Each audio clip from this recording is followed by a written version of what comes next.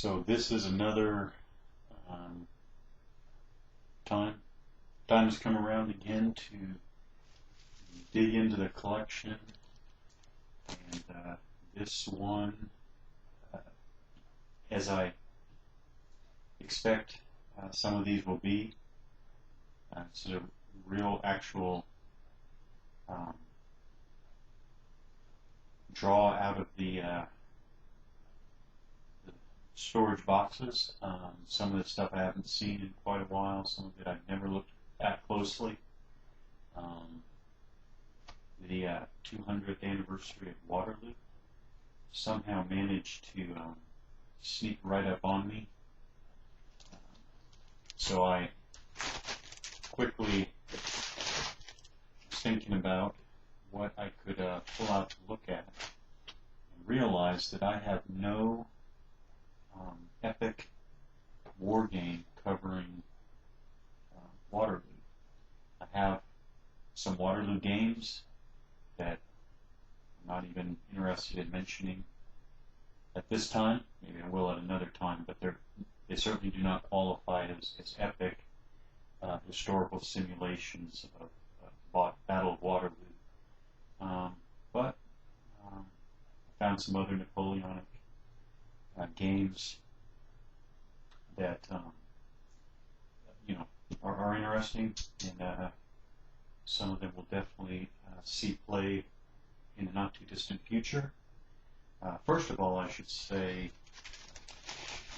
the Kevin Zucker's 1807, the Eagles Turn East. Well, inside this box, inside my 1807 box, I actually also have, in the same box, I have The Emperor Returns from the same series. And in fact, my The Emperor Returns map is labeled 180th anniversary of the Waterloo campaign. I actually just finished setting that up, and hopefully I will get to some play of The Emperor Returns, around this time of Waterloo's anniversary. But this, of course, is The Eagles Turn East. A beautiful game, Clash of Arms, Kevin Zucker. And then, as I was searching for Waterloo games, came across this one that I picked up at some point along the way. Picked this up, threw it in the collection. I don't even think I cracked the magazine or anything. I don't think I did anything with this right away. Interesting Campaign for North Africa ad on the back of the Strategy and Tactics magazine. But this is issue number 74, going way back to May, June. It's funny, they don't even have the year on it. It's May, June. What year? Wait, 1979. May, June 1979. Ney versus Wellington. Battle of Quatre-Bras. June 16, 1815. By Joseph Balkowski. Nice historical article, also by Balkowski. This, as I understand it, and why I got it, is that I understand that it's a fairly meaty game. It has a good amount of simulation depth, and especially considering a magazine game. I think the reason why I was interested in getting it is actual, down to formations, fire and shot combat, to some detail.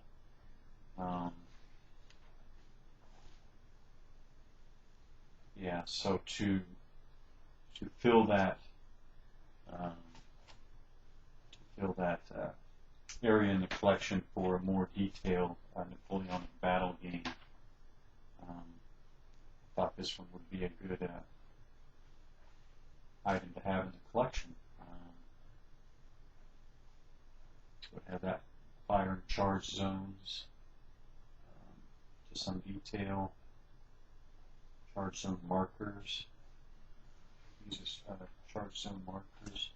There's the fire routine. So we're talking, so fire combat. So during the reciprocal fire phases, both players may fire all, some, or none of their eligible units by alternately firing one unit at a time until all desired fire has been executed in accordance with the following rules.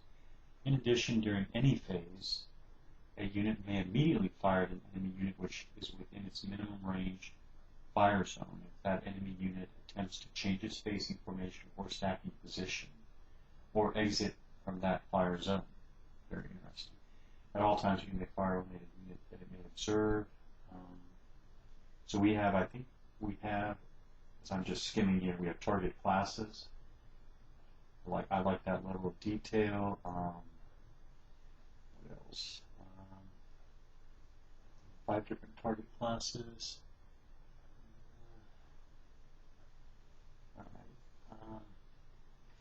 As I recall, yeah, fairly well extensive. This is a fair term to use right now before actually playing the game. Got some fairly extensive shock combat results tables on the map. And fire combat results table again. Oh yeah, so 5 target classes. 5 target classes. Strength, staggered, rows for formation of the firing unit modified for range. Nice. So formation of the firing unit modified for range cross indexed with the target class. Yeah. For a game to that level, this would be an interesting one to play. Decent enough map. Morale level track printed on the map. Shock combat modifier summary. Morale check diagonal modifier summary. One map, in keeping with a S&T magazine game. Cotton. There actually are buildings there. It's graphics. I guess those buildings could have been done in a more easy to read format or whatever, but yeah, okay, they're there.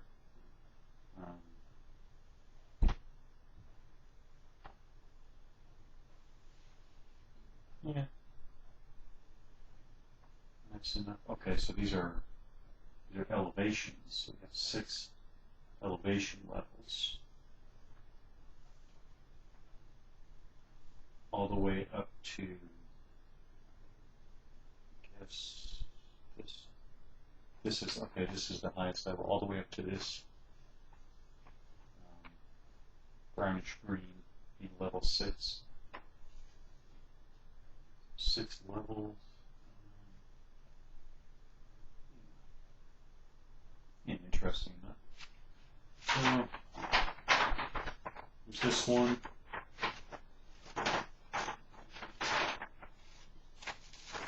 The, not too surprising, the counters immediately look like traditional SPI counters, which I like a lot. Not glossy, more matte. Matte finish.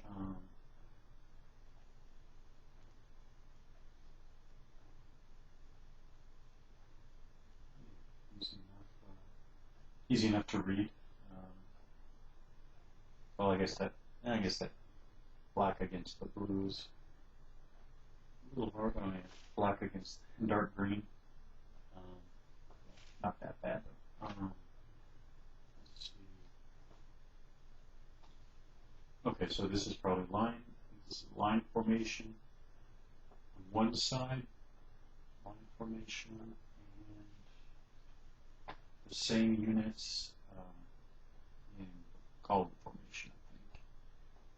So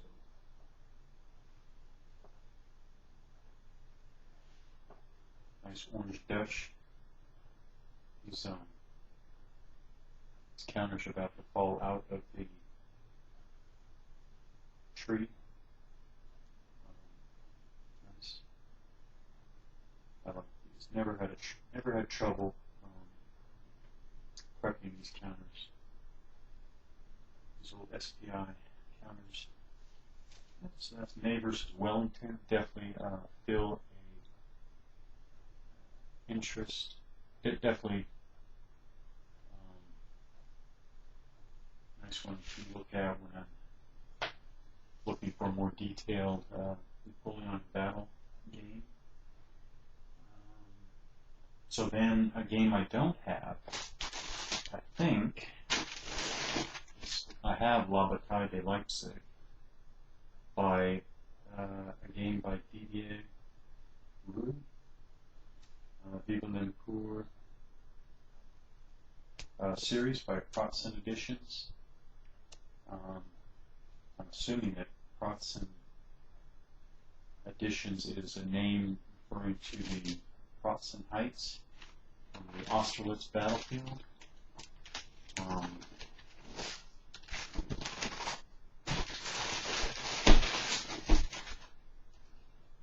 I visited that battlefield, the Austerlitz battlefield, in I think it was 2003, and I was pleasantly surprised at how much that battlefield has not been overgrown with civilization and development.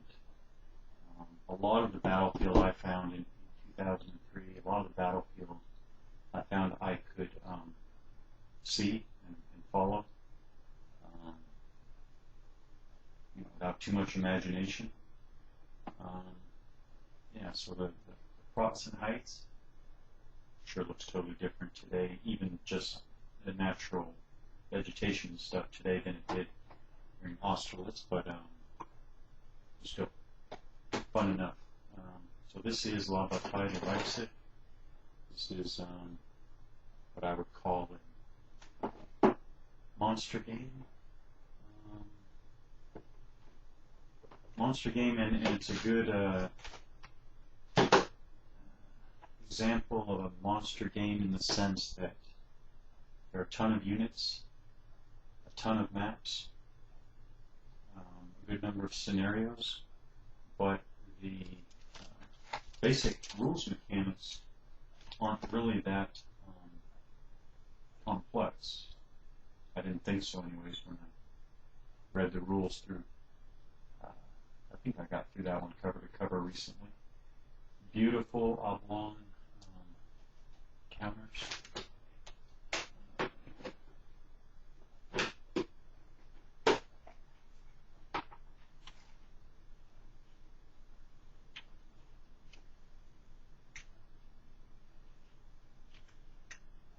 I might have thought early on I might have thought that these counters were almost too colorful.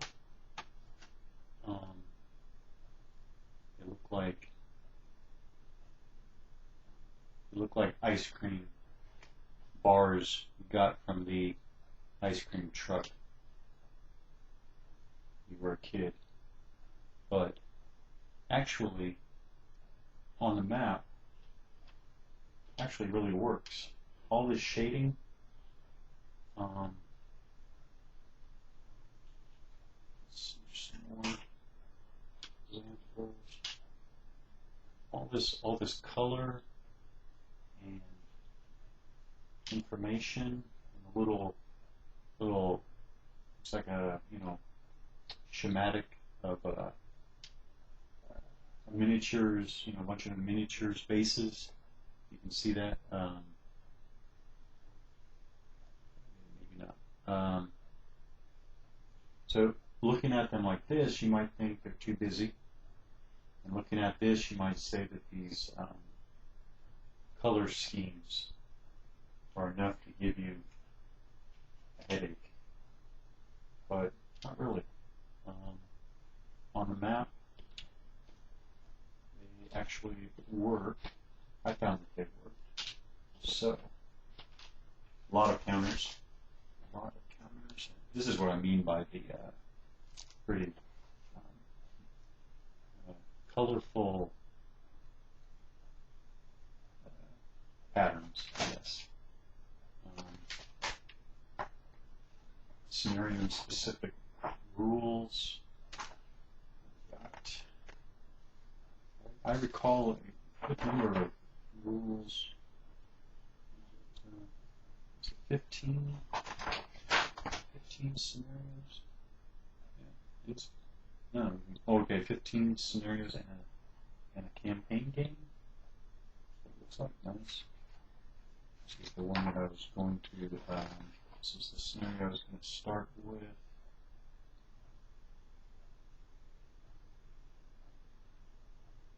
I think I was going to. No, I was going to start with, I think, Conovitz. Scenario 4, October 16th. Nice, nice, easy to read. That is, text is not got nice sized text, not easy to read font. These are not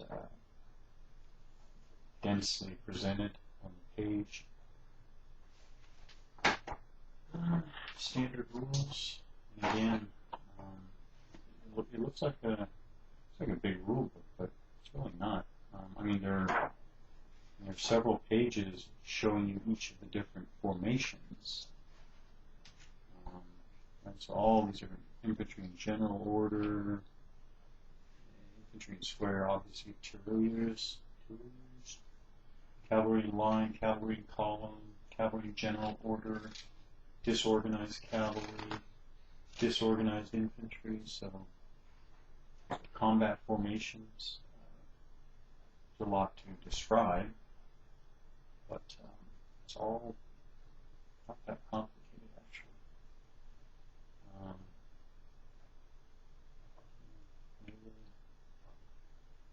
As I recall, there was nothing from an initial rules review. I don't remember anything off the wall. Actually, now that I recall, it had a very strong miniatures feel, actually, even the rules.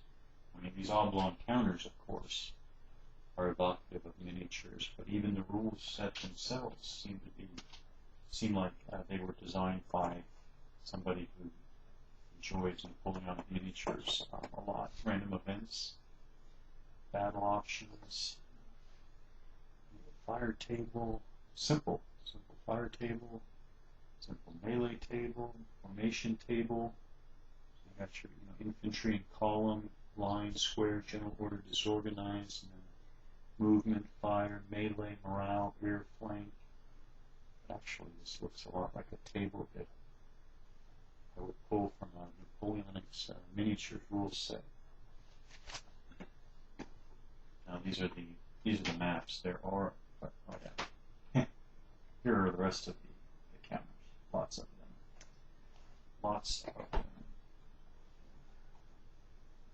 Lots of counters. That one there reminds me of a favorite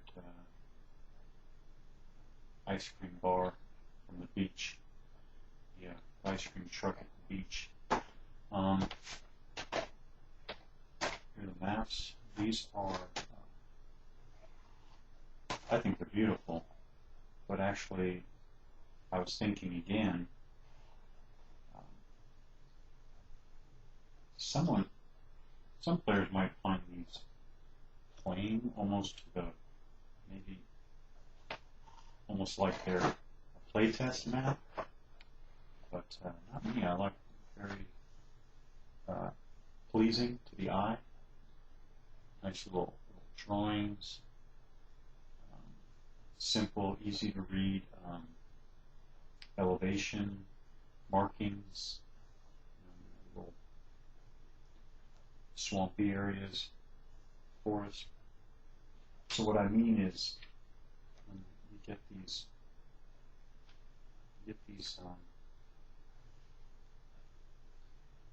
these oblong counters, on the map actually looks quite nice. I was surprised. It came together even better than I expected. It's very, very nice. Very nice. Again, very strong miniatures feel.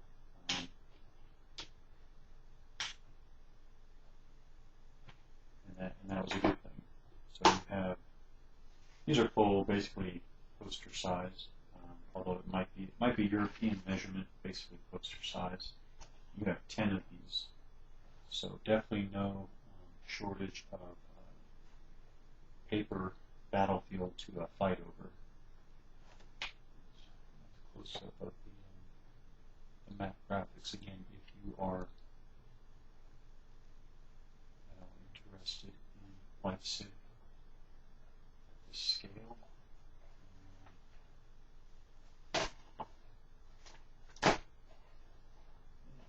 So that's Protestant editions of a Tide de Leipzig, Viva l'Empire series.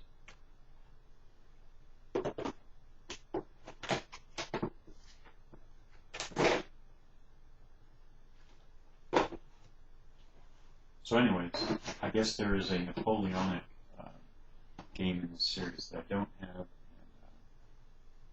I've actually probably take a look at getting that one. Very similar, same style box, I think. And,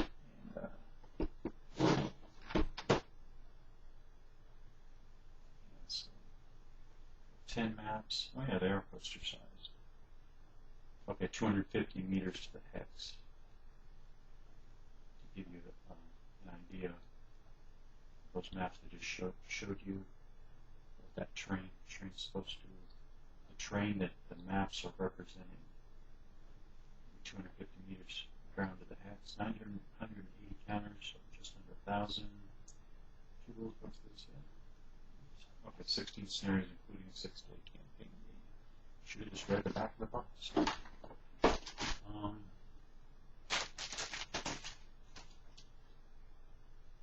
And now, something a little different. As I'm pulling out things from the collection, some of these are going to be, this is a set of Napoleonic's miniature rules, Grande Armee, Great Battles of the Napoleonic Wars in Miniature by Sami Mustafa.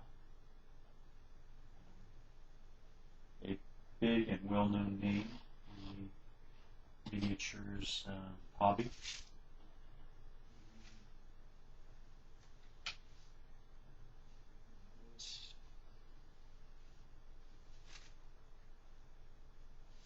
A little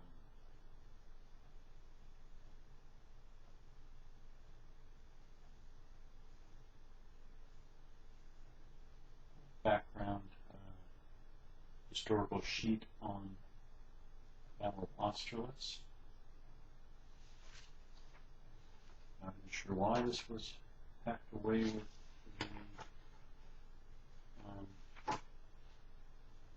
the game. The rule set here. Actually,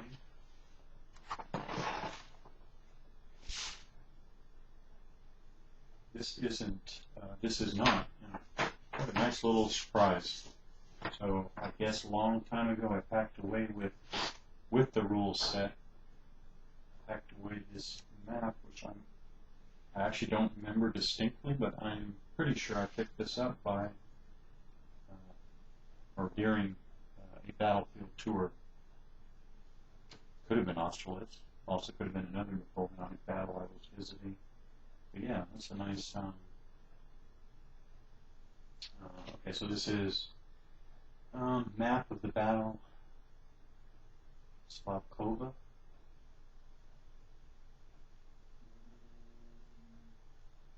Battle of Austerlitz, 2nd December 1805.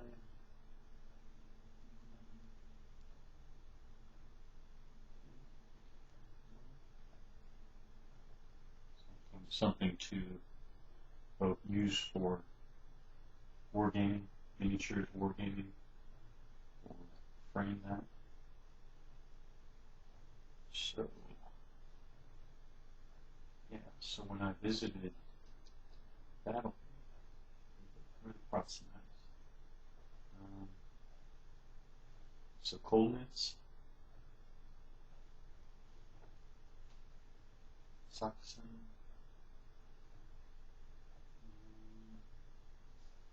so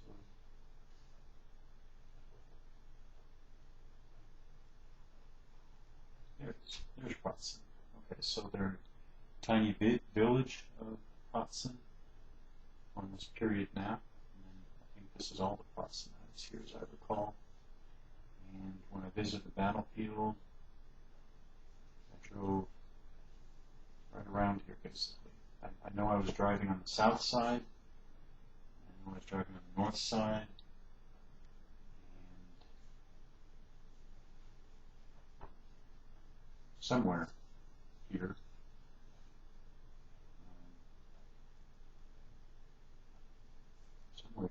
it was morning too, somewhere here got enveloped in morning fog, mist.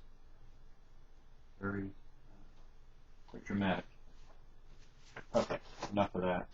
So, first of all, miniatures rules set. This is very nice. You know, we're talking spiral bound there. Nice glossy, full color cover there. 30,000 Wars in miniature. No time scale. Games have a variable number of turns. Each turn has a variable length. The total length of the game is unpredictable. No figure scale. Any size figures will work. Any number of figures can be mounted on the bases, and no rebasing is required. Weather, variable movement. You only know roughly how fast your units will move each turn.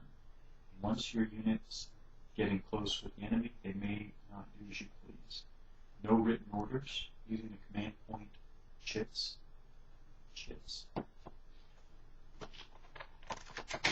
are the chits? You make decisions about the control of your forces. No morale checks. The strength of units waxes and wanes based on your decisions. Their morale and forces beyond your control. Army morale and pursuit. 4 ready-to-play scenarios. Nice they have. Friedland, Aspirin, Essling, Fuentes de Noro, and Waterloo. So, there's my justification for talking about this very nice rule set. It includes Waterloo. Alright. Okay, so Grande Armee charts and tables. Saving throws in combat. Officer casualty. So each turn, weather variation, command phase. Okay, both players roll for command points. Roll to determine the issue for the first pulses. Simultaneous skirmishing. Like the sound of that. Simultaneous artillery fire. First side phasing. Control segment. Movement segment. Combat segment. Second side phasing. Remove suppression from artillery units. Roll initiative. Pulse. Simultaneous rally segment. Attempt to recover strength points. Lost strength points. Attempt to rally broken units. Chart move allowances. Okay, so base move plus a die roll. That's the variable movement as mentioned. Command table, turn table. Okay, here we go. Chits for photocopy, drawing out to cardboard and cut out. Okay, so do your own CP chits. Status and or command markers. I'm sure you can just make your own system of markers. Okay, so rules summaries, nice rules. Cheat sheets, I guess. Procedure for combat.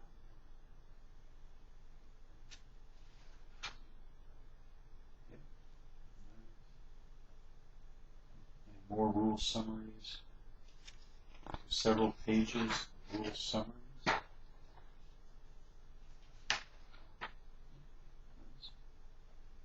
Things to do with CPs.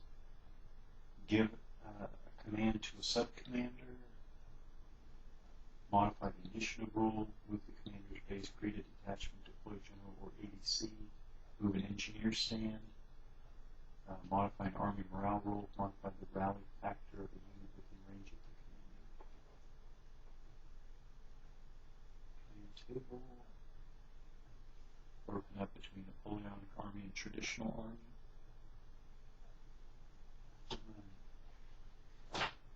This is 100-page, over 100 pages of rules, scenarios, and play aids. Design your own chapter. Nice.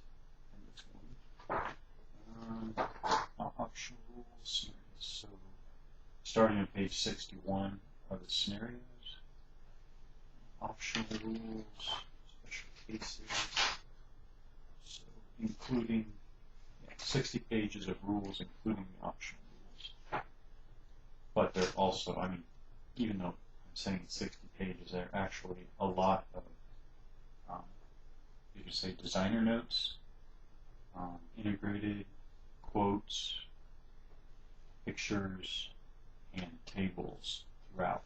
So it's not a dense 60 pages. Again, quote, rally segment, quote, box, a table, design notes. So that's pretty fair. I mean, that's, again, design notes, table. So, example, things fall apart. Falling back, routing officer casualties, another friction. Quote again. And then a box here. It's just an example of where the morale checks, disorder, fatigue, and all that stuff. That's some designer notes. Looks like designer notes turning the waves. Yeah. With Grande Armee, you must always keep in mind your role as player. You're an army commander. Army commanders do not worry with dressing the lines of individual battalions. In any large battle, they probably couldn't see most units in their armies, and thus had no idea whether they were disordered or not. Either your brigadiers and colonels took care of this, or they didn't, and their units suffered accordingly. Pictures.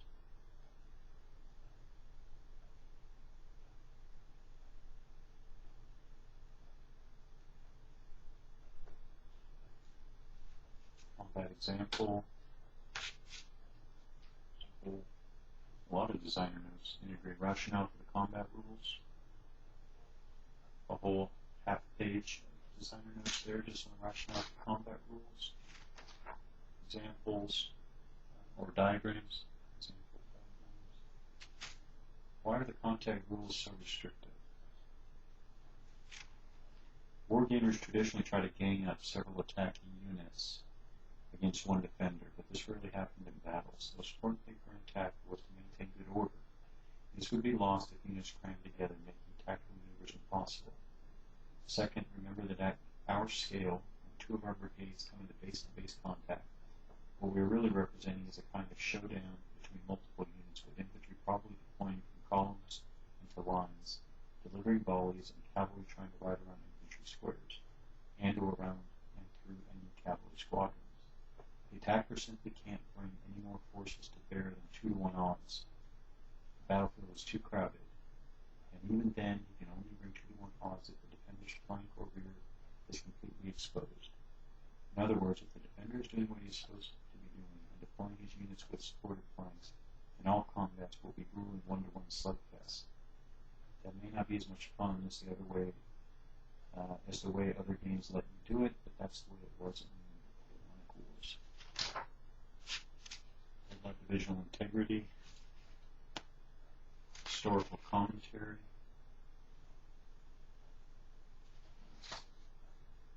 picture, some bases.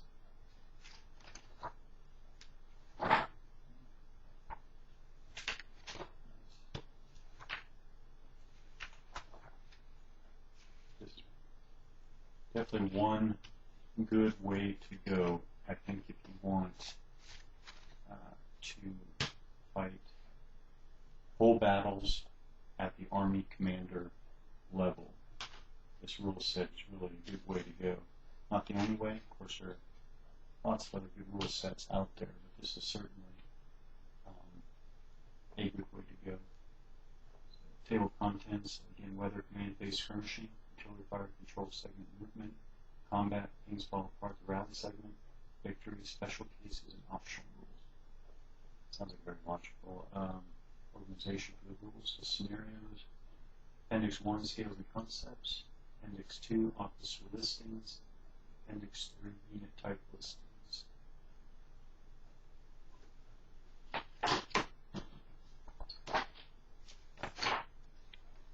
Waterloo.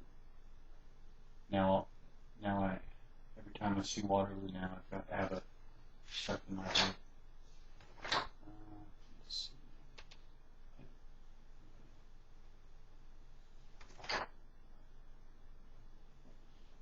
Okay.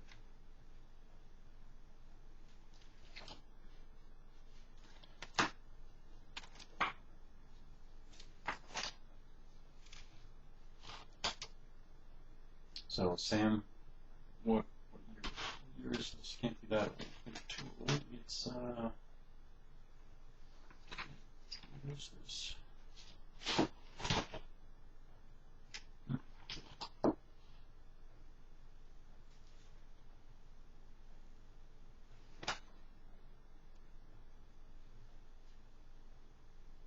This is the second printing, including errata.